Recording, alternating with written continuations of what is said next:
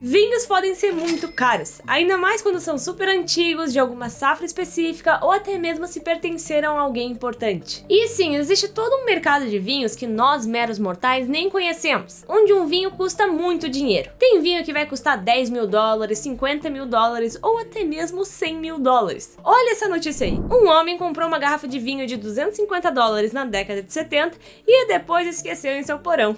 Foi vendida em um leilão por mais de 100 mil dólares. Uau, mais um dia normal. E onde existe uma bolada de dinheiro, vai ter gente tentando falsificar para ganhar aí uma grana e enganando pessoas. Estimam que ele fez mais de 500 mil de garrafas de vinho falsificado. Ruby experimenta por meses misturando vinhos baratos e caros até criar a fórmula perfeita. Tinha garrafas de Merlot Liberty Bay Cellars, que custam 7 dólares a garrafa. E era o vinho de base para aqueles Pomerols que ele venderia por 20 mil dólares.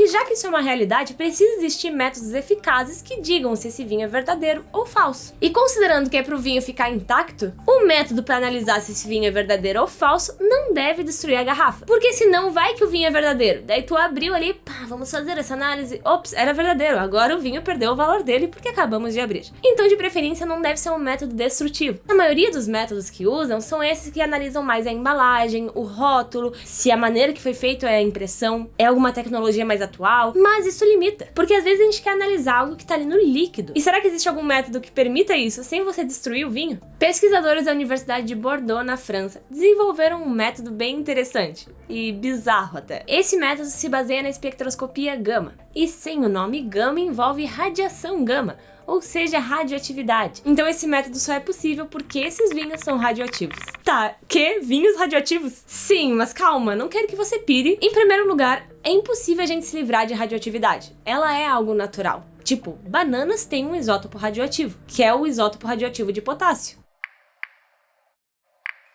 Bananas são radioativas. Mas claro, você iria precisar comer muitas bananas para ter um problema. Tipo, antes você ia ter algum problema por ter comido tantas bananas. A questão é, se a radioatividade existe, vivemos com isso num nível ok.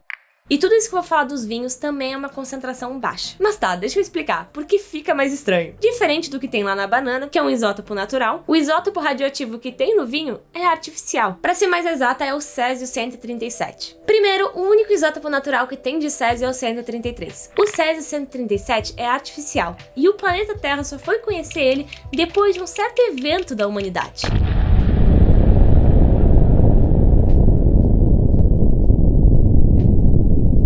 Ele só começou a existir no mundo depois da primeira bomba atômica. Isso porque ele é um produto da fissão nuclear de elementos mais pesados, como o urânio 235. Mas essa bomba foi só o começo, porque durante a Guerra Fria tiveram muitos testes nucleares. Foram mais de 2.000 testes, e um quarto disso foram testes atmosféricos, ou seja, não foram testes subterrâneos ou dentro do mar. E esse tipo de teste que vai ter a maior consequência para uma coisa chamada precipitação radioativa, que é o seguinte: depois que acontece uma explosão nuclear, acaba sendo liberado um monte de partículas radioativas, e nelas que vão existir esse Césio-137. E essas partículas se espalham pela atmosfera, e a chuva acaba levando elas para o solo, ou seja, consequentemente, coisas que estão plantadas nesse solo vão absorver esse Césio-137. E isso acontece com uvas, que eventualmente vão virar vinhos. Por isso que o Césio vai parar nos vinhos. Então foi a partir desse evento, da existência da fissão nuclear, que o Césio-137 existiu no nosso planeta. Então, por conta disso, os vinhos feitos depois dos testes nucleares são vinhos que vão ter neles um pouco de Césio-137. Quando ele decai de Césio-137 para Bário-137, ele vai emitir partículas beta e radiação gama. E é a radiação gama que é medida, porque ela é muito energética e ela consegue ultrapassar barreiras. Ou seja, ela consegue ultrapassar o vidro da garrafa. Então dá de medir uma coisa que antes estava lá dentro da garrafa, agora com um instrumento que detecta algo que está fora, porque essa radiação vai ultrapassar. E aí que entra a espectroscopia gama.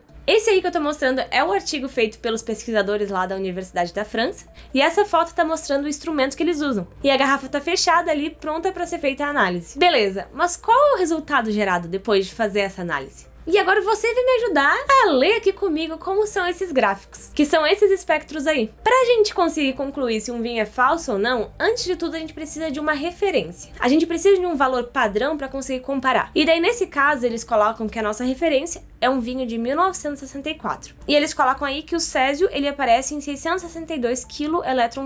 E esse sinal do lado parece ser de um isótopo do bismuto, que é algo da composição da garrafa de vidro. Então vai aparecer nos outros também. Então tá, agora chegou no laboratório 2 garrafas de vinho. As 2 garrafas, teoricamente, são verdadeiras, que é desse vinho de 1945. Ok, a análise de cada uma foi feita. Foi gerado 2 gráficos. Agora a gente tem que concluir qual que é o vinho falso. Esse gráfico 1 tem o sinal do césio. O vinho 2 não tem. Qual que é o vinho falso? Por mais que em 1945 rolou a primeira bomba atômica, ainda assim foi o primeiro ano, e foi só no segundo semestre. A concentração de césio na atmosfera começou a aumentar depois dos anos 50, então um vinho de 45 não deveria ter césio. E nem um vinho de 44, 43, 42, então tudo que é menos que isso, não. A questão é que um dos gráficos mostra que tem. Então a gente conclui que o vinho falso é o vinho 1, e o vinho verdadeiro é o vinho 2. E olha que interessante, nesse mesmo estudo eles fizeram várias análises de vinhos franceses para conseguir correlacionar o ano da safra com a atividade radioativa desse césio, para ver qual é o perfil do gráfico que gera. E aí temos isso aí. Dá de ver que esse gráfico responde exatamente aos eventos históricos. Ou seja, quando tinha mais testes nucleares e a precipitação radioativa realmente foi maior,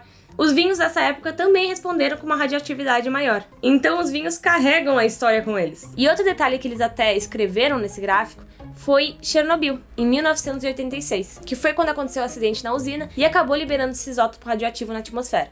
Então teve ali também outro sinalzinho um pouco mais intenso. Então é interessante ver que esse evento específico realmente tem consequência na safra de vinho, e por isso que dá de fazer essa análise. Mas quanto mais perto dos anos 2000, mais fraco é esse sinal. Então é uma técnica de análise que nem sempre vai conseguir dar um sinal forte, porque afinal a gente tá lidando com algo radioativo, a meia-vida desse césio tá rolando, então eventualmente o sinal vai cada vez ficar mais fraco. Mas se esse sinal existir, ele tá ali e consegue nos dizer algo. Mas aí você vai me perguntar, Andres, me conta aí, tem algum babado aí? Tem alguma história onde esse método foi usado e conseguiu solucionar um crime? No próprio artigo eles comentam que receberam da justiça francesa uma série de garrafas de vinho pra analisar. Esses eram os vinhos importantes, que pareciam ser super antigos, tipo, de 1900. E o resultado foi que das 5 garrafas que eles analisaram por espectroscopia gama, as 5 tinham césio 137. Ou seja, eram falsos, porque não tem como um vinho de 1900 ter esse isótopo. E tem outra história que envolve um bilionário americano que passaram a perna nele tentando vender uns supostos vinhos de Thomas Jefferson. Eram pra ser vinhos de 1780 e pouco, e ele comprou esses vinhos por $400 mil.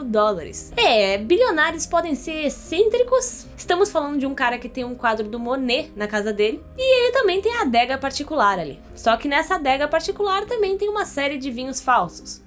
I used to bring people down here and brag and say, you want to see Thomas Jefferson's wine?